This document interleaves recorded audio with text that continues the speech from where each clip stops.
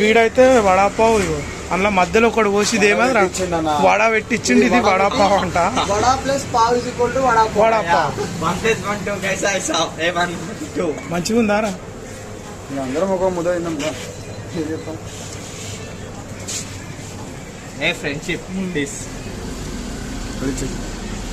Okay good. చెప్పినానే చెప్ప